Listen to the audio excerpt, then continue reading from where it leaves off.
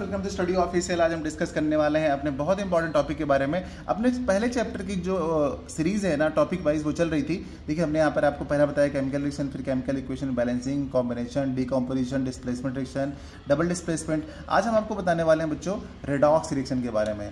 तो redox reaction के बारे में समझेंगे बिल्कुल फुल डिटेल में। तो चलिए पहुँचते हैं डिटेल में रेडॉक्स रिएक्शन पे। बहुत इंपॉर्टेंट टॉपिक है बच्चों अपना ऑक्सीडेशन एंड रिडक्शन रिएक्शंस।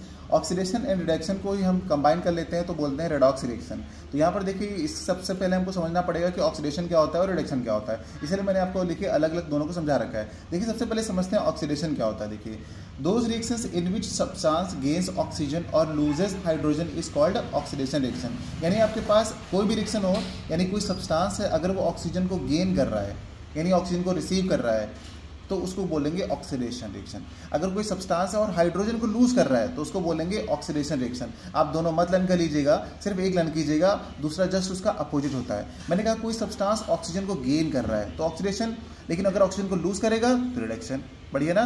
कोई सब्सटेंस है अगर हाइड्रोजन को लूज कर रहा है तो ऑक्सीडेशन, लेकिन हाइड्रोजन को गेन कर रहा है तो रिडक्शन। यानी ऑक्सीडेशन का जस्ट अपोजिट होता है आपका रिडक्शन। ठीक है, यही आप ध्यान रखिएगा, इतना इसी तरीके से आपको याद भी रहेगा। Oxidation and reaction is just opposite to each other. ठीक है, oxidation and reactions are also called redox reaction. ये तो मैंने आपको बताया था। Only oxidation and reductions does not occur, यानी कभी भी आपका किसी केमिकल रिएक्शन में सिर्फ ऑक्सीडेशन हो जाए ऐसा नहीं हो सकता है। अगर ऑक्सीडेशन हो रहा होगा तो रिडक्शन भी उसके साथ हो ही रहा होगा, और रिडक्शन हो रहा होगा तो ऑक्सीडेशन भी उसके साथ हो ही रहा होगा। इतना समझ गए। उसके बाद चलिए दो डेफिनेशन और बहुत इंपॉर्टेंट है। यहाँ से क्वेश्चन आपका बहुत बार पूछा जाता है बोर्ड में बच्चों। ऑक्सीडाइजिंग एजेंट देखिए क्या होता है। The substance which gives oxygen for oxidation और removes hydrogen from a substance is called oxidising agent. Reducing agent की डेफिनेशन क्या होती है। The substance which gives hydrogen for reduction और remove oxygen from a substance is called reducing agent. देखिए इसकी definition थोड़ी सी आपको समझ में नहीं आ रही होगी, लेकिन हम चलते हैं आपको लेके केमिकल रिएक्शन पे, वहाँ पे आपको सब पता चल जाएगा।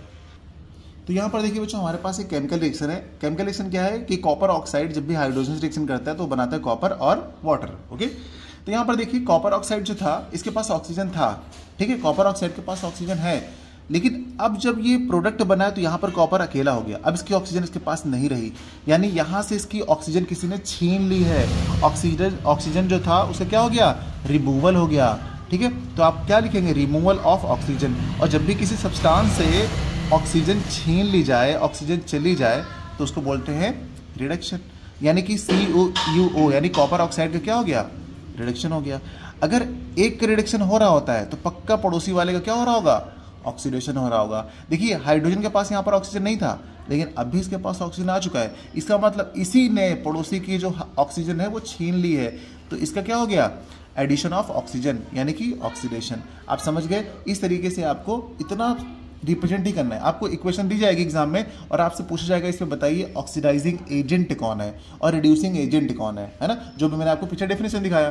तो यहाँ पर देखिए सबसे पहले आप ये पता लगा लीजिए कौन सा सब्सटेंस है जो रिड्यूस हो रहा है। देखिए जिसकी ऑक्सीजन छीनी जा रही होगी, बेचारे का जिसका रिडक्शन हो रहा होगा वही रिड्यूस हो रहा है। तो यहाँ पर देखिए ये हो रहा है रिड्यूस। ठीक है, तो आप यहाँ पर देखिए ये चार चीज़ें आपको अपने आप निकाल लेनी है हमेशा। Substance oxidize, substance reduced, substance oxidizing agent और रिड्यूसिंग एजेंट।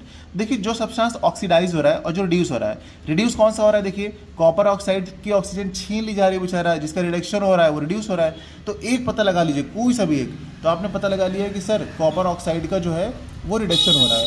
तो अगर इसका रिडक्शन हो रहा है, ये रिड्यूस हो रहा है, यहाँ पर देखिए जो रिड्यूस हो रहा होगा वही हमेशा होगा ऑक्सीडाइजिंग एजेंट।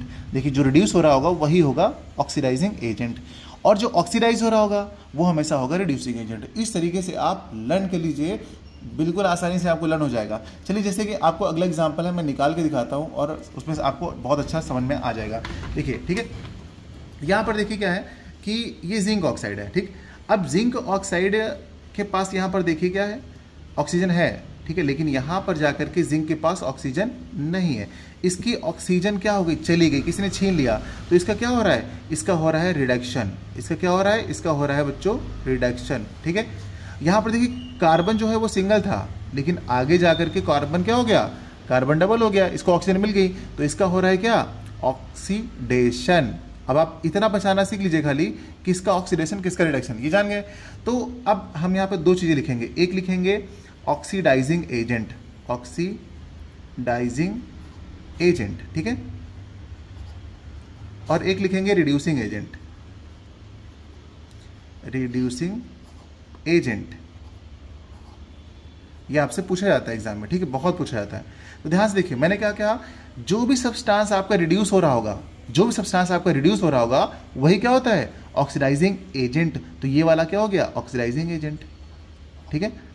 और जो सब्सटेंस आपका क्या हो रहा होगा, ऑक्सीडाइज हो रहा होगा, ऑक्सीडाइज हो रहा है ना, ये देखिए इसको ऑक्सीजन मिल रही है, तो वही हो जाएगा आपका रिड्यूसिंग एजेंट, तो हो जाएगा कार्बन, ठीक है। बस यही दोनों आपसे बार बार पूछता है, ठीक है। लेकिन मैंने आपको जिस तरीके से ऊपर समझाने की कोशिश करी, 4 चीज़ें लिख करके आप स्टार्टिंग में सीख लेंगे, और जब सीख जाएंगे तो आप इस तरीके से तुरंत निकाल दिया करेंगे, ठीक है। इस तरीके से करेंगे तो कभी भूलेंगे नहीं बच्चों। उम्मीद करते हैं कि आपको समझ में आया होगा। अगर समझ में आया होगा तो वीडियो को लाइक कीजिएगा, शेयर कीजिएगा, और दोस्तों के साथ जरूर शेयर कर लीजिएगा आप लोग, ठीक है, क्योंकि दोस्त भी आपको समझ पाएँ क्या कि इस तरीके की चीज़ें। और हर एक वीडियो का जो इंडिविजुअल लिंक है, हर एक वीडियो का जो लिंक है डिस्क्रिप्शन में दे रखा है बच्चों, और PDF भी आपको वहाँ से मिल जाएगा, डाउनलोड कर लीजिएगा। अभी भी अपने बहुत सारे टॉपिक्स बचे हुए हैं, सब जो है हम विद इन वीक कंप्लीट करने वाले हैं। ओके बच्चों, मिलते हैं अगली क्लास में, बाय बाय।